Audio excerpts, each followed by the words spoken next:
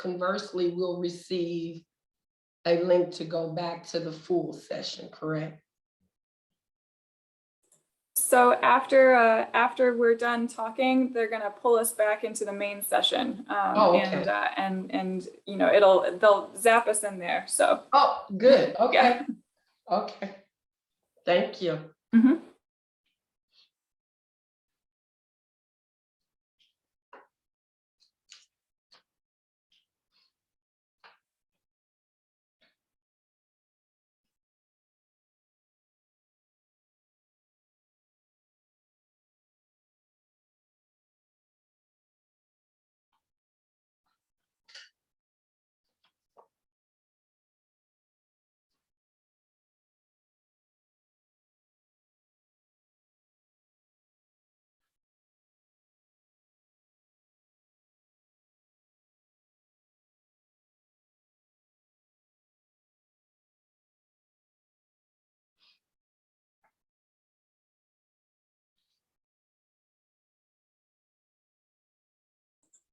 Should we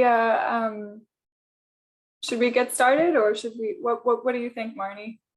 How many folks do we have with us so far? We have 4, including us. I think we should give folks a little more time. It's only been a couple of minutes so far, and technology is not everyone's best friend. So Sure. Let me. I'm getting a question from Sarah, so hold on. okay.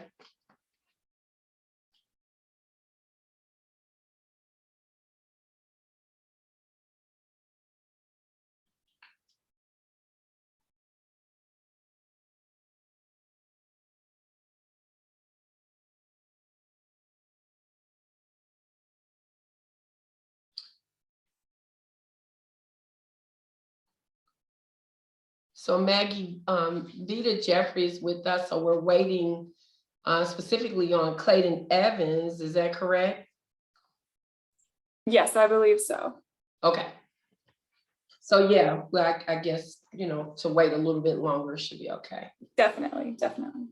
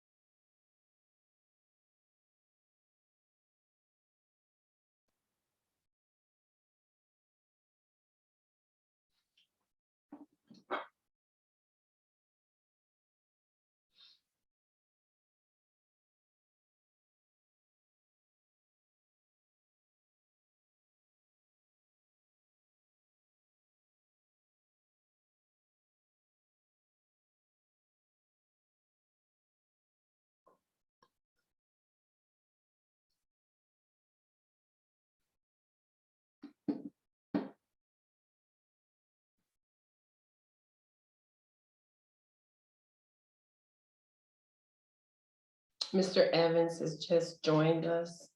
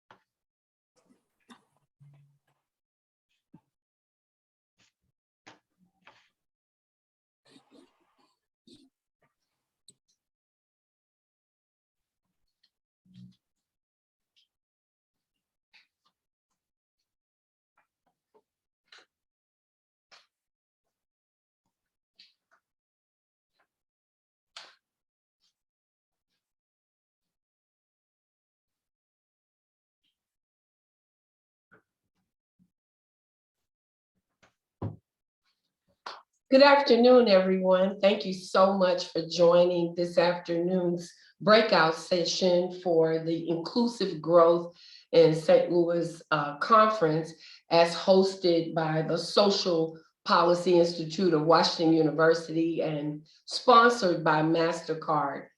If you were on the full group session earlier, you know there was a powerful presentation among the presenters around what the state of our economic growth is. It relates to inclusivity for the St. Louis region.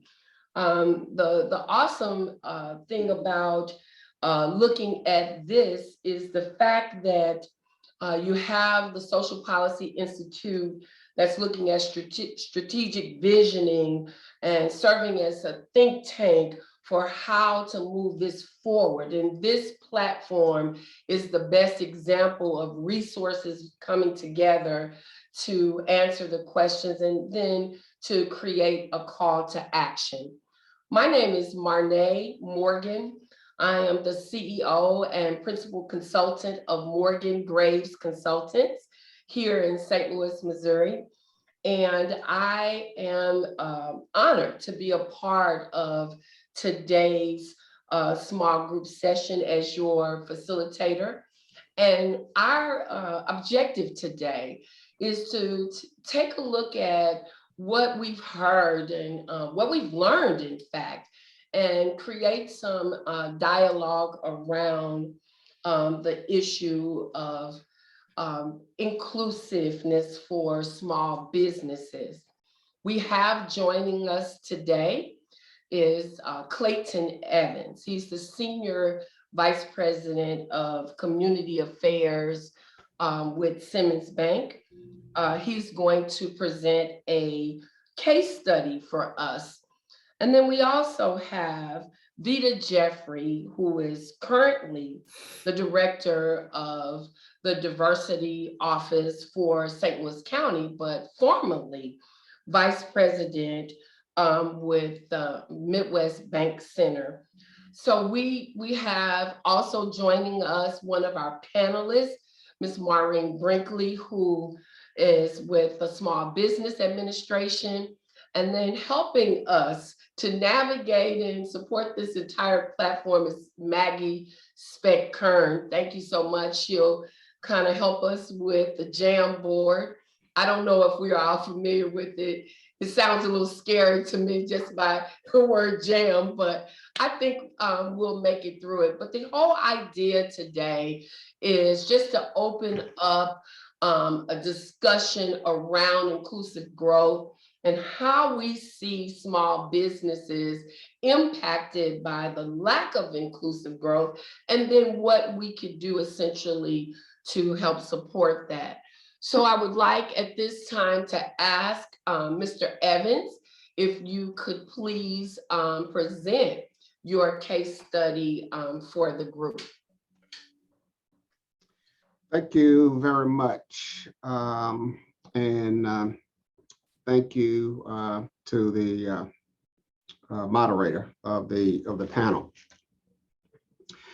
I want to present a case study demonstrating the great success that is possible as demonstrated with this unplanned collaboration that I will speak to between Simmons Bank, some community stakeholders, a small business, and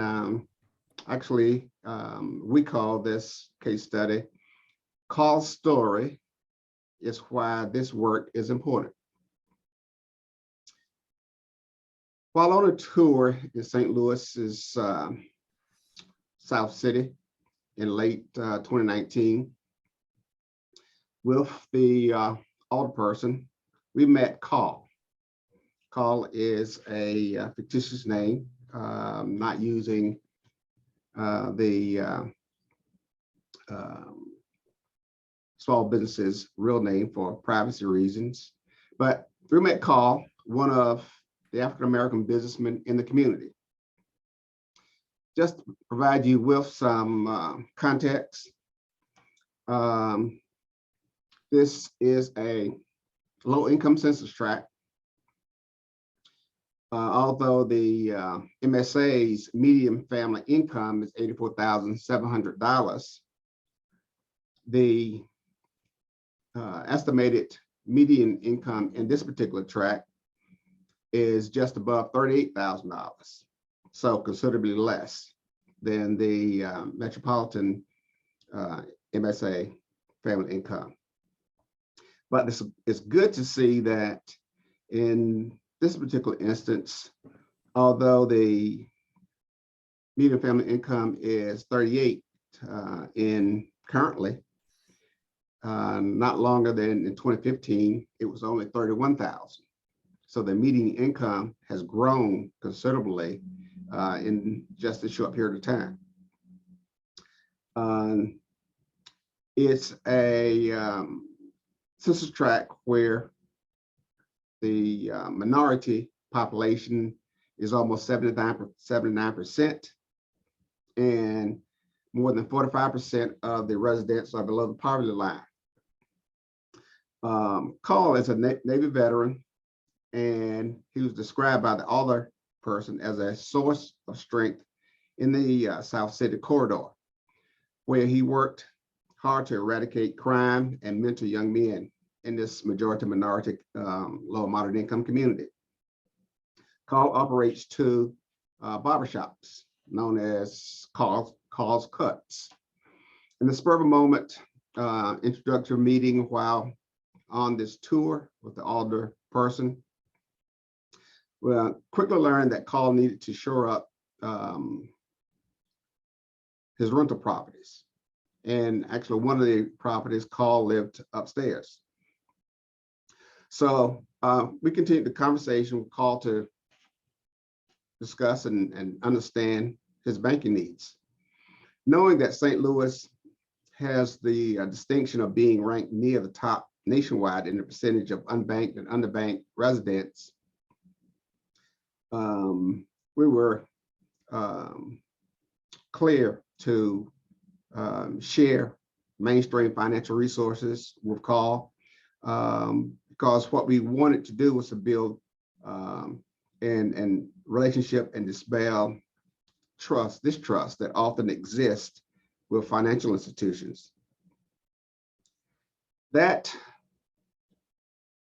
unofficial tour has now led to the kind of banking and personal relationships often envisioned by lenders, a two-way communication and with referrals with small business and community organizations that build trust and will fit greater access to mainstream financial services. In this instance, the community outreach resulted in Simmons Bank, in a Simmons Bank business relationship consisting of a first deed of trust leveraged with a nonprofit being Justine Peterson, a micro lender. You may say, why was Justine Peterson involved? There was a loan to value issue in this particular instance, and Simmons Bank actually reached out to Justine Peterson to originate the second loan that was necessary in order to make this transition work. So we were able to create a relationship there to bring a nonprofit to the table and bring this all together and ultimately satisfy a owner occupant of a mixed use property that enhances and helps to stabilize the neighborhood.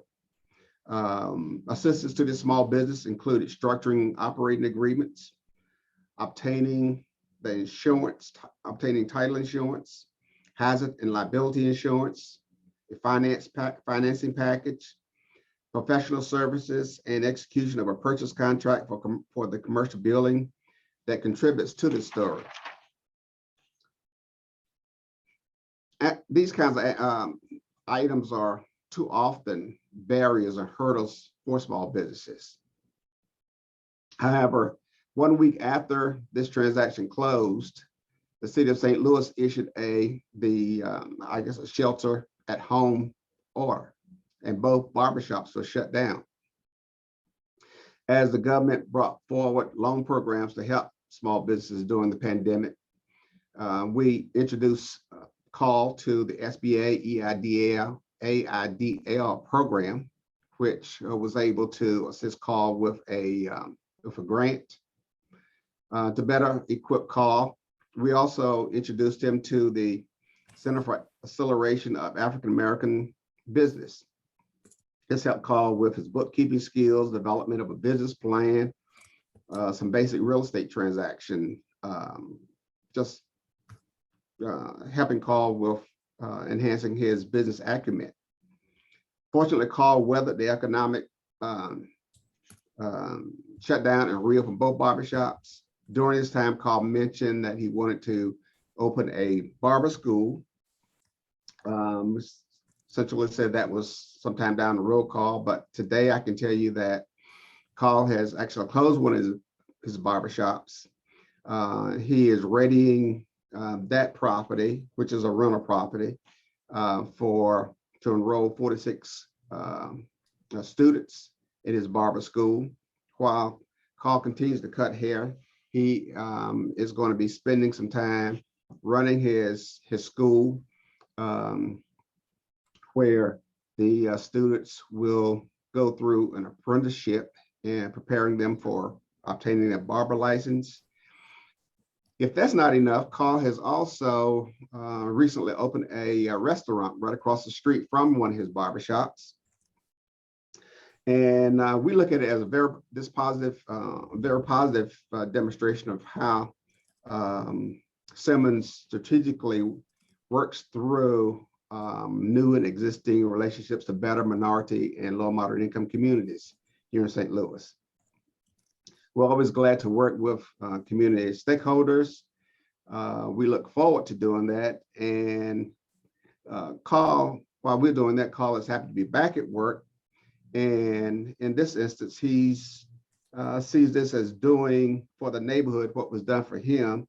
And it's just another way of paying it forward. So we're pleased to work with Carl. We're glad to see him having the success that he's having, and we look forward to once again work strategically where we can dedicate some time and resources to help a small business to grow.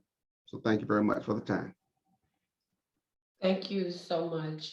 That was a very, very interesting case study, particularly around the idea of collaborating rather than to deny or exclude the opportunity for the development project.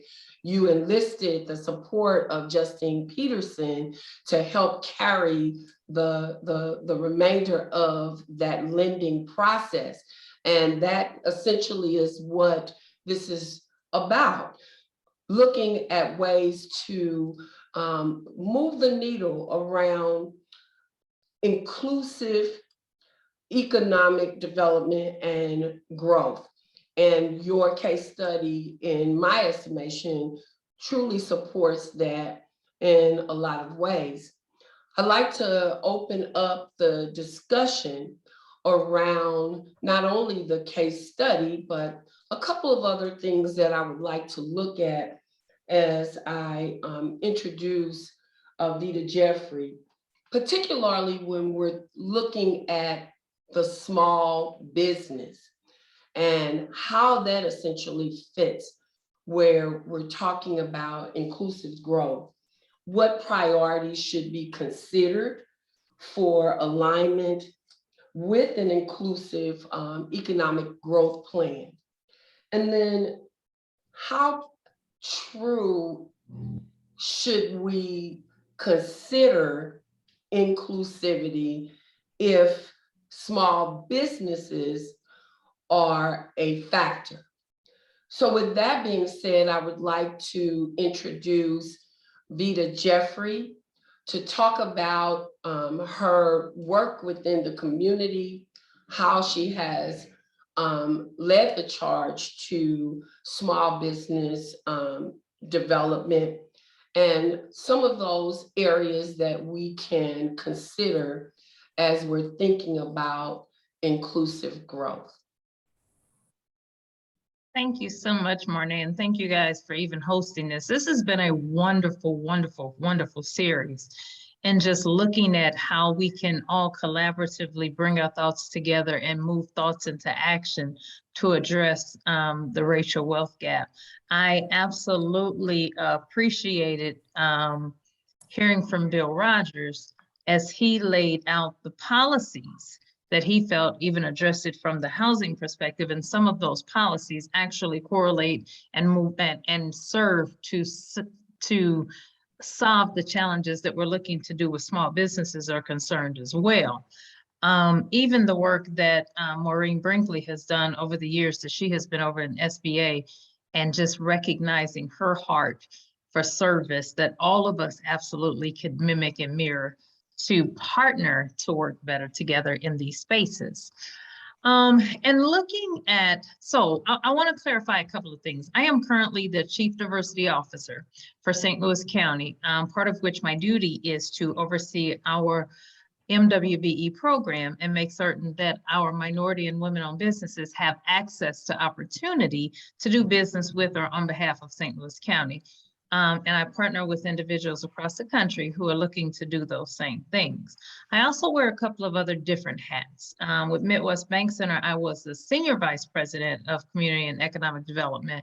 And in that role, I also continued from then to now my role with the Heartland St. Louis Black Chamber of Commerce, and that I am the founder. And I don't say that for any other reason other than to connect the dots and points of intersection. And I also serve on the board for the U.S. Black Chambers, Inc. National.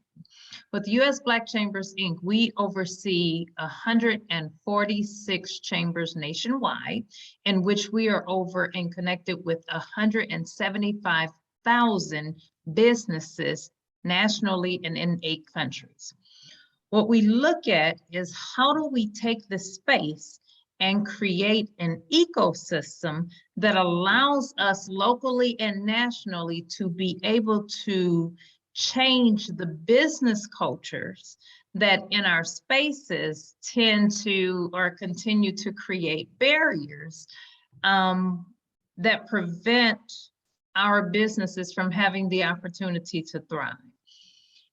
Even as we look at what we've done locally in St. Louis, we've still got so much further to go, because the businesses that I talk to speak to the recognition that the culture still exists to where they're not honestly given the opportunity to sit at the table to bid. Even if they get a chance to bid, they're not getting a chance to actually have a fair shake or be looked at to partner up with major businesses to actually win, be part of the RFPs that are building and changing St. Louis. And so for us, from the perspective that I sit in locally and nationally, we're looking at how do we change policies? How do we make certain that we are writing rules, regulations, and policy that allow that those policies that are keeping us from moving the needle forward? How do we make sure that wonderful individuals like Clayton and the people at Simmons Bank and the great work that they're doing, how do we make certain that businesses have access to opportunity? You know, Clayton mentioned one study, but I've been following him on some other businesses that they've been doing great work in the Grove and other spaces, helping businesses to have that access to capital. That is absolutely the area that we have to be focused on. So the Heartland St. Louis Black Chamber, in conjunction with the U.S. Black Chamber nationally, one of the things that we're doing to work on addressing the access to capital issue is we are working on partnering with local resources and national resources so that our businesses become better bankable. If we get this thing right, by the time they get to Clayton, they will have followed all the necessary steps so that when Clayton is sitting down with his team, he's not, I feel like I'm old school when I use this term, but it's not a hat in a hand. I got a business, you know, we really think we should help. Clayton can walk in and say, man, we got a business that we can help. And if they partner with us, we can make give them everything that they need to create something long-standing. But we have to have those go-betweens and those enough intermediaries to work with the businesses through the process so that they can be capable of standing up or withstanding the scrutiny that our banks and lending institutions have to look at them from, so that they can know that they are putting good money in good business, in good soil is what I like to say. So what we've done is we've created a number of programmings and partnerships. And in that, we try to be thoughtful in identifying where we see the gaps. Our chamber focused on making certain that we didn't recreate the wheel. If there's a resource or an organization in St. Louis that was doing something well, when we created the Heartland St. Louis Black Chamber, it was not to reinvent what was already working. Everyone in their space works well, and that's what we want to allow them to be able to continue to excel in. But we also recognize we had to look at what our priorities are. Our priorities were first to organize the Black business community. We created a directory, an online directory. We have over 630 or some odd members. And so that directory is a great first stop for individuals that want to identify who are the businesses. If we want to support Black-owned businesses in St. Louis and surrounding areas, where can we go to do so? I would have prepared for you guys to look at that website because I love showing it off, but instead what I will do is just give you the link, tell you the link, and you can check it out for yourself. And that's hbcstl.com. That's hbcstl.com. I want you to pay attention to a couple of things in the directory, because that's kind of like one of my babies, that's something we want to make sure went well. But we have our wonderful directory that gives people direct access. It gives them directions to where the businesses are. It gives a map to show them how many cities that they're located in. It also allows them to self-perform if they're a minority or woman-owned business, if they're manufacturers, or if they're developing things themselves, what products and services they have. It also gives them a link that they can go online in our website, which is a marketplace for them to sell their products. Some small businesses don't have all the monies that they need to be able to create an actual full-blown website. So we took the time to create a marketplace for them so they could sell their products in that market space, and the money goes directly to them. They don't have to, the money doesn't stop with us or anything like that. We also created a barter and build place where they could barter. If they don't have the cash that they need today, if I have something that I can offer to someone else, I can go in and barter my time and or services to someone else to get what I need out of it. How do we support businesses? Well, by meeting them where they are today and help them have access to where they're trying to get to tomorrow. During the holidays, this Saturday and the rest of the year, we're going to do pop-up shops virtually so they can go online and have a national audience to sell products to. So we try to look at what it is that's keeping our businesses from being successful. We have a program that we developed, and I'll close with this, called Your Supporting Cast. Your Supporting Cast is when we did our listening sessions. In case you all haven't heard this before, the Black Chamber was created behind Ferguson, and it was an answer to a lot of the unrest and the challenges that we had economically.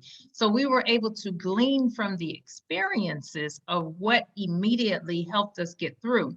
The listening sessions that we formed right after and since allow us to talk directly to our Black-owned business owners and find out what they stand in need of. And the one thing that everybody understands is technical support, but we created an ecosystem that allows our Black-owned businesses to be supported by our Black professionals that are individuals. So we have Black accountants who can then serve the Black-owned businesses to meet what their needs are. Black IT professionals, Black attorneys, those type of things, to create an ecosystem. Not to be exclusive, but to figure out how do we create the economic wealth that we need in the community so that when we're studying the economics of St. Louis as a whole, we see everybody continuing to grow so all zip codes can come up. In that, it's a 9-person team that has an accountant, a banking professional, a financial professional, an insurance professional, an HR professional. It has an IT professional, an admin, an admin, and I forget what I have in there, a marketing professional. So we put a team of all these individuals around the business so that they can now have a board that they talk to on a regular basis, either once a month or once a quarter. And now they don't make the decisions and stumble as far as much as they would. And now, like I said, when I started this, when they get to Clayton, now they've had a bunch of people to bounce off of, and then they can come to Clayton feeling a little bit more confident in what they're doing.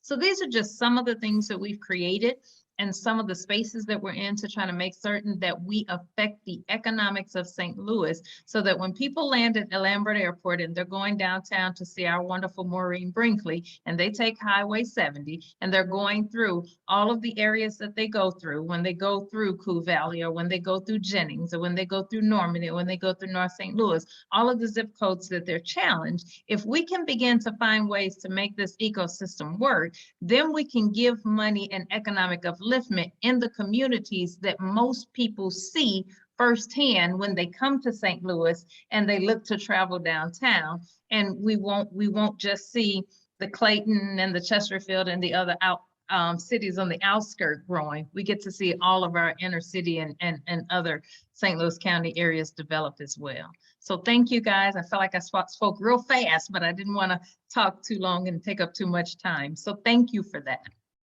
Vita, thank you, particularly for sharing all of what you're doing within the Heartland Black Chamber. And I especially appreciate how you're connecting that as a resource with the other resources that we have available. So with that, I would like to open up discussion among the folks who have joined us for this session. And I want to ask some very specific questions that I would like each one of you to please weigh in on. And I'd like to do it in this order. I want to begin with welcoming you. Ms. Lisa Locke, thank you so much for joining us. Ms. Brinkley, I want to be on that wall of fame. I just do. And I hope that I will achieve that. Mr. Evans, if I'm allowed to grow, or if things happen in the way that they should, that my business will become an enterprise, I certainly would like the opportunity to partner with you. So I would like to pose the questions. Ms. Locke, if you could begin, followed by Ms. Brinkley, and then Mr. Evans, and then Vita to answer the questions, to have this open discussion, please. So first question, what priorities should be considered for small business alignment with an inclusive economic growth plan? Ms. Locke, if you can start. Can you repeat the question again, please? Can you repeat it one more time? Absolutely, absolutely. What priorities should be considered for small business alignment when you're considering an inclusive economic growth plan? So we'll start with you, Ms. Locke, followed by Ms. Brinkley, Mr. Evans, and then Ms. Jeffrey. I think some of your priorities to be considered is really just an ecosystem, a real network of the organizations that are involved. Who are they serving? What is their particular niche? I think you have to know that particular background first in your community. And I'm not from St. Louis. I'm with the Federal Reserve Bank of St. Louis, but I'm actually in our Louisville, Kentucky branch. Oh. But I mean, I think that's definitely, you know, one of your first priorities is knowing the organizations and what are they doing, so that we're not, you know, stepping on each other's toes. And when someone goes to Mr. Evans at Simmons Bank and he can't give them a yes, but he can say, no, we can't do that, but let me tell you where to go. So it's so important to have that system and that referral and that network. So, you know, I can't do this at this particular time, but let me tell you where to go. You may not be bankable yet, but let me tell you, maybe you need to go to the Women's Business Center and they can work with you to, help you with your credit, or, help you with your, whatever it is, help you with your business plan, whatever it is that may be necessary for that particular business owner to get them ready. But really having that network and knowing who does what in the community and where they specialize, and how can we, instead of just giving a no, how can we tell them no, but let me guide you in the right direction. Thank you. Thank you so much. And before we move on to Ms. Brinkley, Ms. Brinkley, you give us a moment. Since you're live from St. Louis, Ms. Locke, could you just take a second and just kind of introduce yourself and share with us your background and how you landed in St. Louis with the Federal Reserve Bank? Well, our St. Louis district has head offices in Louisville, Little Rock, and Memphis. So I've been with the Federal Reserve Bank for over 20 years in our community development division. So I work with Bill, and it's funny, I haven't met him yet. We're all supposed to be in St. Louis next week. Okay. But yeah, so 2020, some of our new hires that were actually hired, we haven't been able to meet in person, but we'll be able to get that opportunity next week. But yes, our St. Louis district has offices in Louisville, Little Rock, and Memphis. I'm in our community development division with a focus on small business and entrepreneurship. Awesome. Thank you. Thank you so much. Ms. Brinkley, sorry about that. Oh, not a problem. Thank you. That was interesting to know. To be very honest with you, my friend Vita and Mr. Evans answered the question for me. I was pleased to hear Mr. Evans state that the case study client went to his bank and obtained an EIDL loan, which is our economic injury disaster, which I mentioned in my presentation, which is part of our the work that we did, our COVID relief funding, and our SBA microlender, which is Justine Peterson. I'm very proud to say that I brought Justine Peterson into our microloan program back in the 1990s as well, early 1990s, under the President Clinton's Welfare to Work program, because the microloan program was very new at that time. I met them through the Welfare to Work program. So to answer the question, this is all about partnerships, as I stated. In St. Louis, if you're a resident of St. Louis, if you've lived in St. Louis a long time, we're so broken up into pieces. We don't stick together, we don't know what the left hand doesn't know what the right hand is doing. And because of that, our small businesses and potential small businesses have a tendency to just not know where to go. Again, like I said earlier, we're best kept secret. It always amazes me when I make presentations when someone will say to me, well, we didn't know you did that. We didn't know this gentleman that in the case study, I'm not sure if he has taken advantage of our Veterans Business Resource Center, but that would also be an option for him because Mr. Evans stated that he was a veteran. I would like to throw this out. Back in the day, before a lot of you were probably even born, every Thursday, third Thursday of every month, we met as a group. It was called the St. Louis Minority Networking Breakfast. And I'm going to say a name here that some of the people will probably smile when I say this. It was always at the Vagabonds Club. On Thursday mornings, it was a breakfast where all of us who were interested in helping minority small businesses would go there for a breakfast. And we would give businesses, potential business owners and current business owners an opportunity to give a 10-minute presentation, not much different than we've done today. And then after we would network and show our support in how to help these small businesses. We had businesses who, well, another successful one of ours was Elliot Henry, who owns Unlimited Water Processing. I have a cute story that I will tell one day when we have time, where Elliot had a janitorial business and he ended up pivoting, that term that we've all grown to use now, and started water processing. And back in the 70s, as you may or may not, there was no such thing as bottled water. But here he is up on Riverview Boulevard now doing an excellent, excellent multi-million-dollar business, and is even in the process now talking about manufacturing his own bottles. So my response is relationships, and partnerships. We've got to get back to getting together, because I tell you right now, I was telling the people in group yesterday in Columbia, I was very disheartened when I found out so many, mostly Black businesses, as you've read in the press, did not get the PPP funding that the other groups did. But there's a reason for that I'll get into very briefly as well. It was because they don't know how to run their businesses properly. I was hurt when I'd have business owners tell me that they couldn't get bank financing because they didn't have a relationship with a bank now until they need it. I was disheartened when I found out that many of them were running their small businesses out of their mobile phones. They didn't know what a business plan was. They didn't know how to continue to operate that business.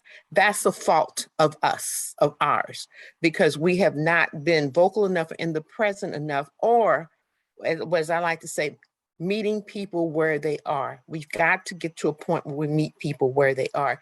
And Mr. Evans may agree with me here that most banks have told me within the last several months, as we try to go back and see what do we need to do going forward, that most minority or Black individuals did not check that box, Black, because they thought that if they checked that box, they would not get the loan. Wow. Isn't that powerful?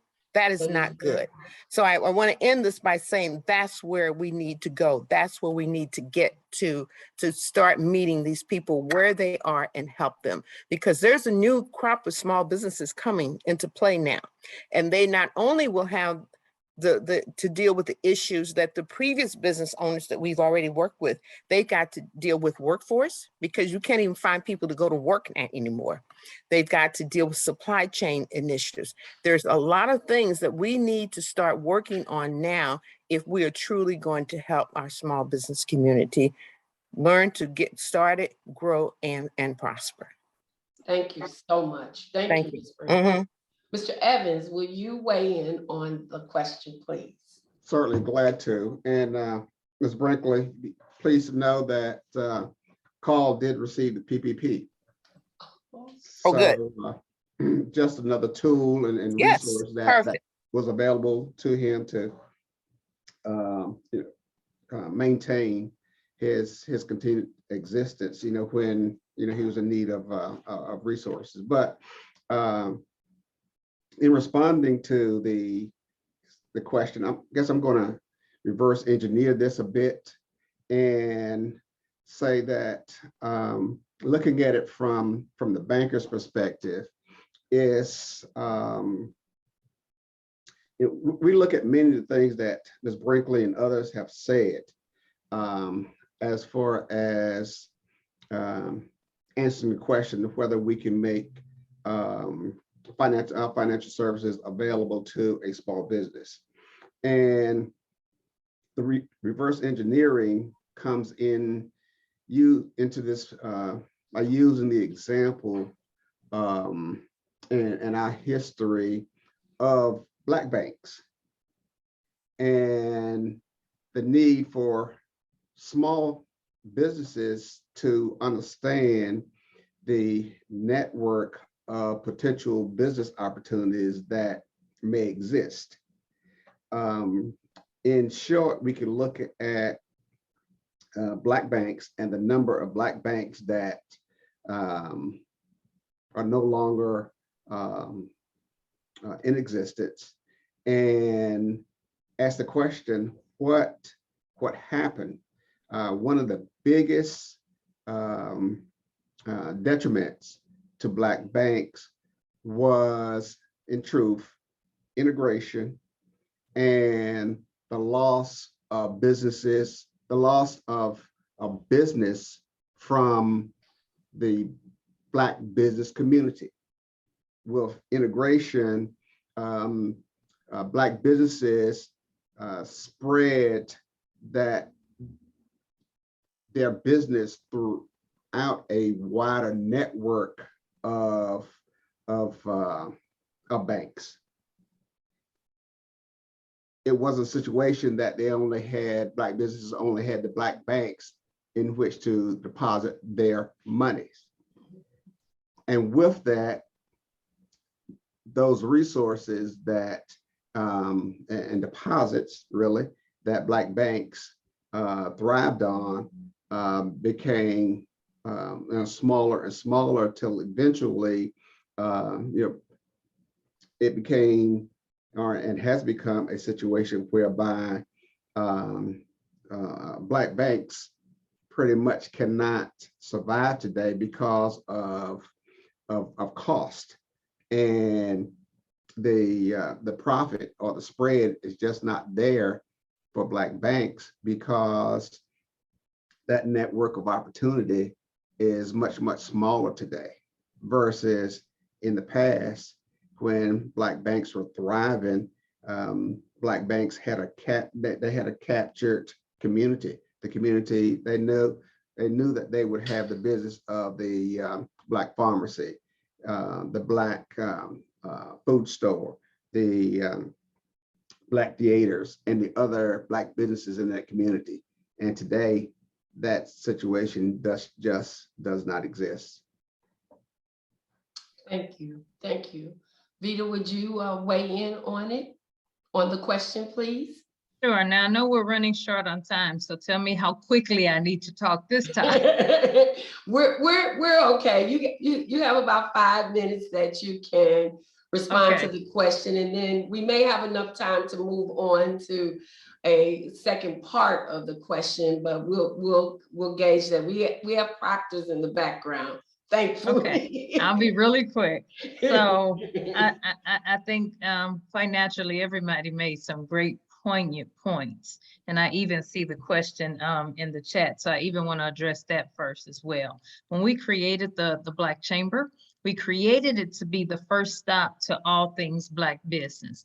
People, when they're looking to find a Black business, we've got all of these different entities and people don't know how to directly find them. So we created a resource page so that SBA, whoever was dealing with minority businesses or Black businesses could be on that resource page and their links could go directly to them. As I said, we had to organize the Black community. So going back to what was said, I think that what has to happen for what the alignment and what priorities have to be in place for there to be an inclusive economic plan, we have to have Blacks in decision-making positions. I love the piece that Clayton talked about in terms of Black banks, but in addition to that, we also have to have Blacks at the Black underwriters. We have to have Blacks who are sitting at the table looking at understanding how to read a loan, what they're looking at, but also understand the culture that it's coming from, understand what that margin of difference is so that when it's coming through the bank, it actually gets through, and then we can assign it to whoever is walking along to assist it. I think some of the challenges that we've had with some of the entities we've created is that, and I'll use the contractor loan fund. Had a conversation with individuals before when they were creating this that we missed the mark on that because we created a fund and it had all of these challenges, but money without solution and direction isn't good money. So if I get this money because, okay, I understand I want $10,000, $15,000, $100,000, whatever it is, but I don't know all of the steps and I don't have checks and balances get in my head, listening to my thoughts and ideas, letting me know, is this a good decision? Is this a bad decision? After Ferguson, I'm sorry, when Ferguson happened, I went to work in a position directly under Governor Nixon on a special assignment to kind of help get through, and it gave me a frontline view. We had a business, for example, that made some horrible decisions out of emotion.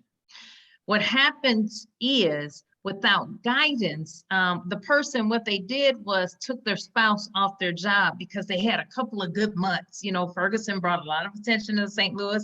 This person made a whole lot of money. And so they immediately took their spouse off her job. And that meant now everybody in the household is a business owner and we have no benefits, we have no stability, all of that.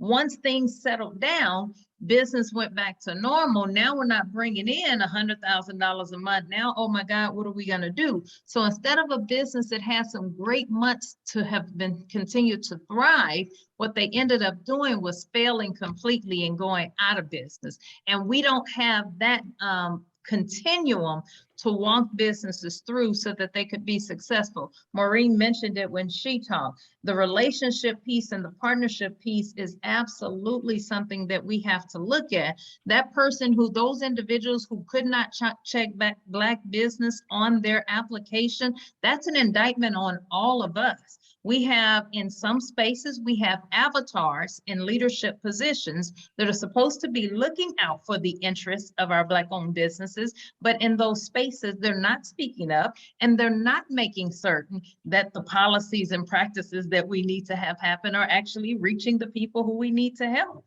So how do we make sure that those things, another thing that happened that to our own shame is a lot of the monies that were put into programming after Ferguson and Sims, it made it to the tops, but it never trickled down to the people that it was intended to help. And so then we start seeing corporate entities who get gift weary. Well, we've done all of this to help and we don't see the needle moving. And so we absolutely have to be more organized and collectively working together. When Maureen mentioned the once every third Thursday meeting at the Vagabond Club, I'm like, oh my goodness, what would it take to put that back in place for us to be able to sit at the table, come together and earnestly and sincerely partner together so that we can have a continuum of help. Those are the kinds of things even the chamber would be willing to create, but we've got to make sure that the chamber has enough to have the longevity also. We're not a funded chamber. So most of our work is us being full-time somewhere else and being able to still spend our evenings and weekends working on behalf of our community. So we've got to make certain that we're doing the things that can close those gaps and build that glue for us to be able to have those one-stop shops and to have an actual economic plan. But it takes the sincere partnerships, it takes the relationships, and it takes the policies and practices for us to put the right people in the right spaces so that we can kind of move the needle forward. I think we have really touched on some very, very important next steps that we should consider, particularly around a call to action, looking at the chamber as the catalyst to recreate the platform for those conversations and advocating for inclusive participation for Black business owners.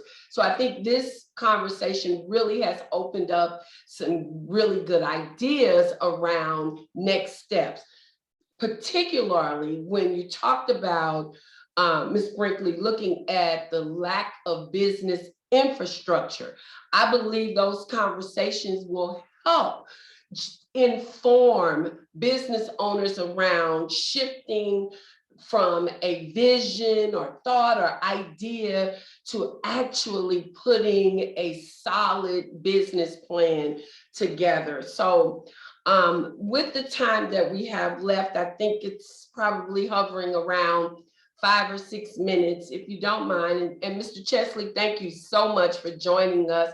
I don't know how much of this rich conversation you were able to hear, but since you have joined us, if you would like to share a word with us before we are placed back in the general conference room.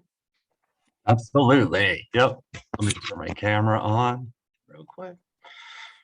Sorry to interrupt. I got called into something else real quick, but I was glad to be here and listen, and certainly picked up a lot. And I spend a lot of my time going to these places and talking to folks about what I could do. I work at Bank of Springfield.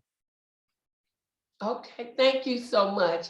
I think our proctors have shared in the background that this is our time. So I want to take this opportunity to thank you so much for joining this session in particular, because I think for what we've heard, what we've shared, we have clear next steps. Now it's just about the business of bringing it together for those relationships and partnership building to put those ideas in motion. And if you want to write down something that you yourself or your organization has the capacity to act on in the next 2 months, and one person you want to contact as a result of this series, we welcome you to do so on the Jamboard here. You can make a sticky note and write something down here and put it on the chat or put it in the chat as well.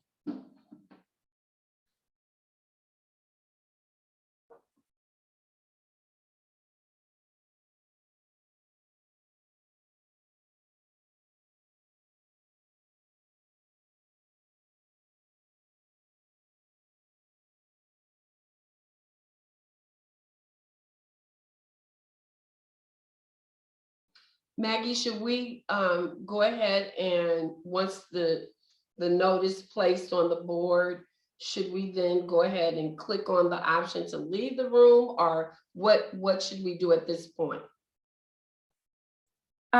You can stay in the room until we're called back, or you can leave the room now and join the main group. Well, I certainly won't be the first one to leave as the facilitator. I'm going to be here, but I just want to make sure that our participants are clear on what they can do.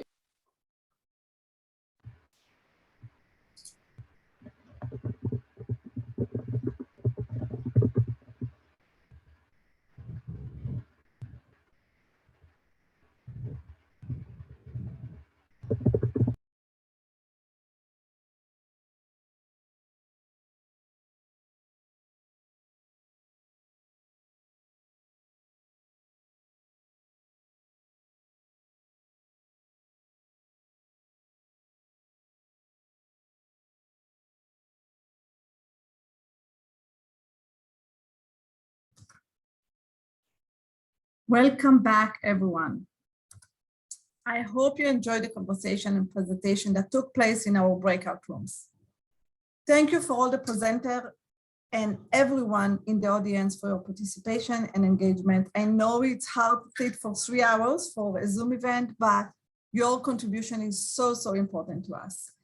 As we said from the beginning, the purpose of today is to provide space for collaboration and discussion, as well as to give you tools to identify and commit to making St. Louis a more inclusive place. In the breakout session, we ask you to write down a commitment. If you use the link that we provided to submit your commitment, you will receive a copy of it in your email as a way to hold yourself accountable and for us to remind you. We also ask you to identify someone in the room you could collaborate with or learn from. We will share out a contact list to make this easier for you. You're in this event today because you are serious about inclusive growth in St. Louis and you want to be part of building a more equitable economy that works for everyone. That's why we are here. For me, this event series was just the beginning of our work. It just helped us to learn what needs to be done. And now we are committed to continue the very important work that is ahead of us. We have learned so much from our conversation with all of you over the past year and a half. We have heard about the challenges preventing inclusive growth in St. Louis, and we have heard from people and organizations working in the community to address these challenges with bold solutions. We will continue to champion inclusive and equity in everything we do. Here is what we are committing today. We as Social Policy Institute. First, our commitment is to expand this conversation today by partnering with organizations in the community to evaluate their model and scale up promising solutions for larger impact in St. Louis. Second, we are committed to being very intentional about increasing the representation on our team in our research, ensuring that we are partnering with people in the community who are impacted by our funding and throughout the process. Third, we will continue to align ourselves with the larger Washington University in St. Louis for St. Louis initiative. We are excited about the university commitment to the new St. Louis Anchor Action Network with other stakeholders who are committed to reducing inequality. Thank you again for our wonderful committee and for all the hard work. We are so thankful for all of you. and to MasterCard Center for Inclusive Growth for making this conversation a reality. And thank you everyone who listening here today. Thank you for your participation, support, and your passion for more equitable St. Louis. Thanks again and have a wonderful afternoon.